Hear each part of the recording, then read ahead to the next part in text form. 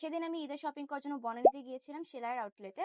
তো ওখানে গিয়ে দেখি যে সেলাই একটা স্কিন কেয়ার শপ ওপেন করেছে। তোমরা তো কম বেশি সবাই সেলাইয়ের নাম শুনেছো, যারা এখনো শুনোনি তাদের জন্য বলছি, সেলাই হচ্ছে বাংলাদেশের সবচেয়ে বড় পাকিস্তানি ক্লোথিং স্টোর।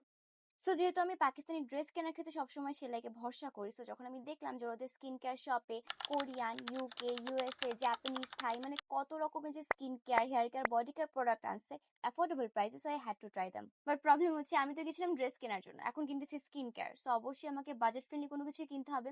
সো আমি চিন্তা করলাম কেননা আমি কিছু বাজেট ফ্রেন্ডলি প্রোডাক্ট কিনে একটা রুটিন সাজাই, তাহলে তোমাদের সাথে শেয়ার করি। তো কোনো রকমের প্ল্যানিং ছাড়া সেলাই থেকে আমি কি কি প্রোডাক্ট কিনেছি আজকে তোমাদেরকে দেখাই, চলো। ফার্স্টে অ্যাজ ফেস ওয়াশ আমি নিয়েছি গ্রেজড এর aloe and green tea foam cleanser. এটা বাজেটের ভেতরে খুবই ভালো একটা কোরিয়ান ফেস ওয়াশ, যা তোমার স্কিনকে খুবই ডিপ ক্লিন করতে পারবে। এটার ভালো দিক হচ্ছে এটার ভেতরে অ্যালোভেরা এক্সট্রাক্ট আছে, যে তোমার স্কিনকে ওয়াশ করার পরে যে অতিরিক্ত টান টান বা ড্রাই ভাবটা ছিল ওটাকে একটু ব্যালেন্স করতে পারে। বাট কিছু প্রবলেমও আছে, এটার ভেতরে ট্র্যাডিশনাল সোপ ইনগ্রিডিয়েন্টস মাইরিস্টিক অ্যাসিড এবং লরিক অ্যাসিড আছে, তোমার স্কিনের পিএইচ কে কিছুটা অ্যালকালাইন করে ফেলে।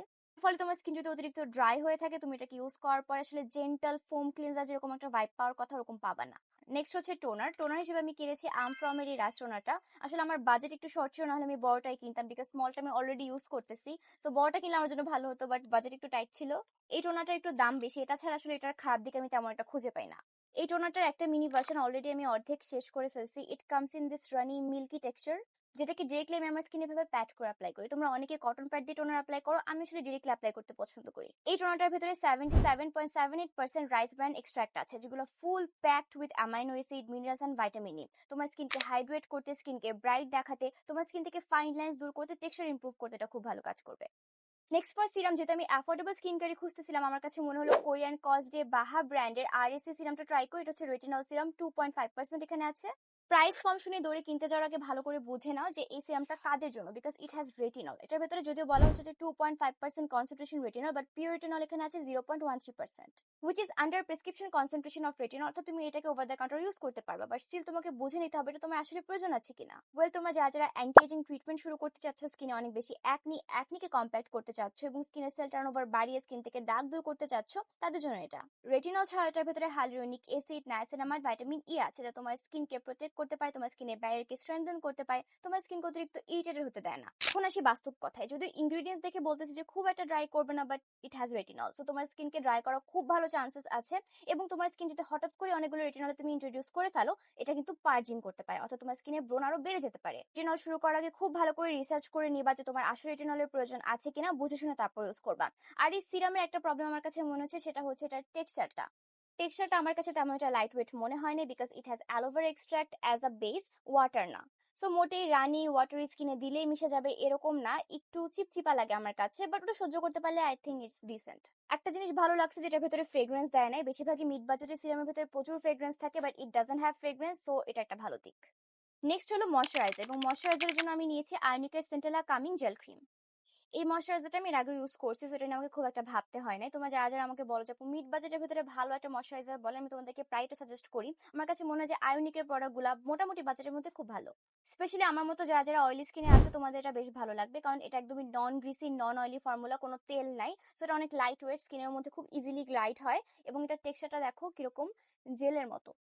অয়েলি স্কিনে স্পেশালি গরমে হেভি ময়শ্চারাইজার ইউজ করা খুবই প্যারাদায়ক। তোমরা জেল বেজ যে ধরনের লাইট ওয়েট ময়শ্চারাইজার গুলো আছে এগুলো ট্রাই করবা। আয়োনিকেট আমার কাছে মনে হয় এক্ষেত্রে খুবই ভালো। এটার ভিতরে সেন্ট্রাল অ্যাসিয়াটিকা লিফ এক্সট্রাক্ট আর টি ট্রি এক্সট্রাক্ট থাকার কারণে তোমার স্কিন যদি অনেক সেন্সিটিভ থাকে, ইরিটেশন থাকে, ইনফ্লামেশন থাকে, ওটাকে কাম করতে, সুথ করতে হেল্প করে। বাট দ্য প্রবলেম ইজ, যদি তোমাদের এক্সট্রিমলি ড্রাই স্কিন হয়ে থাকে, তাহলে এটা আমার কাছে মনে হয় এনাফ ময়শ্চার তোমাকে প্রোভাইড করতে পারবে না। এবং যদি তোমার স্কিনের ব্যার হেভিলি ড্যামেজ হয়ে থাকে, তাহলে আমি তোমাদেরকে বলবো এটাকে স্কিপ করে তোমরা আরো বেশি এনরিচ ময়শ্চারাইজিং যে ধরনের ব্যারের রিপেয়ার ক্রিমগুলো আছে ওগুলোর দিকে শিফট করো। নেক্সট হচ্ছে most important step, sunscreen. Budget friendly কিন্তু ভালো সানস্ক্রিন খুঁজে পাওয়াটা বেশ হার্ড, সো আমি অনেক ঘাটাঘাটি করছি এবং আমি পিক করছি এই কোরিয়ান মে আইল্যান্ড ব্রাইটনিং সানস্ক্রিন। যেহেতু এটা বেশ বাজেট ফ্রেন্ডলি একটা সানস্ক্রিন, এবং বাজেটের ভিতরে তুমি প্রায় 70 ml মানে হিউজ পরিমাণে সানস্ক্রিন পাচ্ছ, সো এটার বেশ ভালো খারাপ দুটা দিকই আছে। আমি তোমাদেরকে দুটাই ভালো করে বলবো, তোমরা তারপর ডিসাইড করবে কিনবা কিনা।